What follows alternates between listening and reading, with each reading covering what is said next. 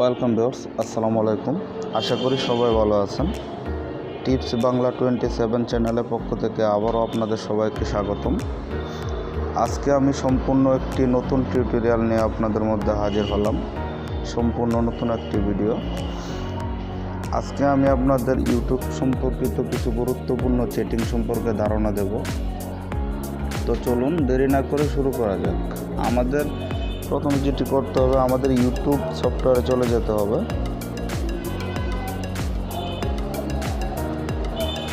ওকে, তারপরে আমি এখানে সং লেখে আমি সার্চ করছিলাম। তো আমাদের প্রথম যে সেটিংটি সেটি হলো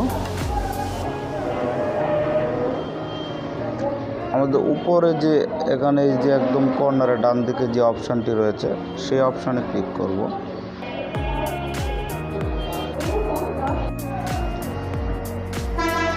ওকে, ক্লিক করার পরে ঠিক এরকম একটি পেজ দেখাবে। এখানে আপনার প্রথমে যে অপশানটি রয়েছে সেটি হলো,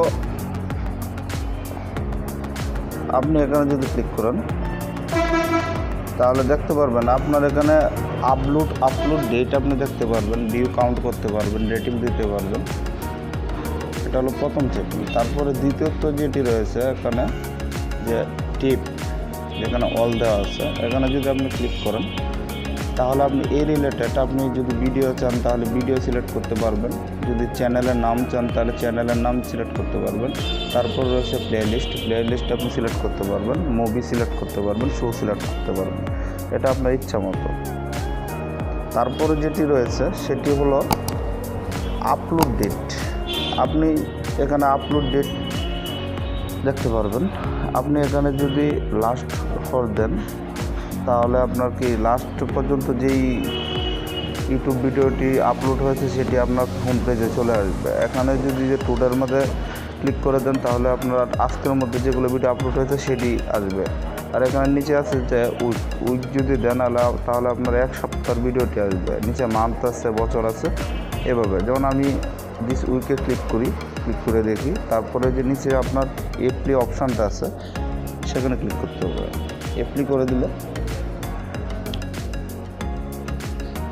তারপরে এখানে দেখা যাবে যে আমার রিসেন্টলি যেগুলো ভিডিও আপলোড হয়েছে এক সপ্তাহের ভিতরে সেটি আমার এখানে শো করতেছে। দেখেন, এটা 17 ঘন্টা, এটা 1 দিন, এটা 3 দিন, হ্যাঁ, এরকম।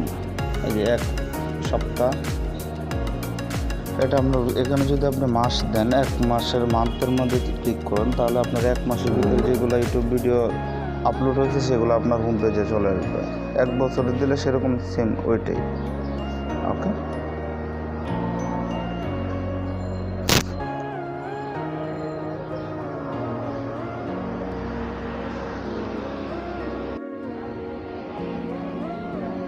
ওকে, তারপরে অপশানটা যেটা রয়েছে সেটা হলো ডিউরেশন। আপনি এখানে কয় মিনিটে ভিডিও দেখতে চান সেটাও কিন্তু আপনি সিলেক্ট করতে পারবেন। এটা অবশ্যই ইনিটা দেওয়াই ভালো, এটা কোনো মিনিট লং শর্ট এগুলো সিলেক্ট না করাই ভালো। তারপরে আপনার নিচে যে রয়েছে, নিচে দেখেন আপনি এখানে লাইভ যদি দেখতে চান সেটাও পারবেন। এখানে 4K ভিডিও দেখতে পারবেন, HD ভিডিও দেখতে পারবেন, সাবটাইটেল দেখতে পারবেন, CC ক্রিয়েটিভ কমনের ভিডিও দেখতে পারবেন, 360 ডিগ্রি দেখতে পারবেন, 3D দেখতে পারবেন, HDR দেখতে পারবেন, লোকেশন হিসেবেও দেখতে পারবেন।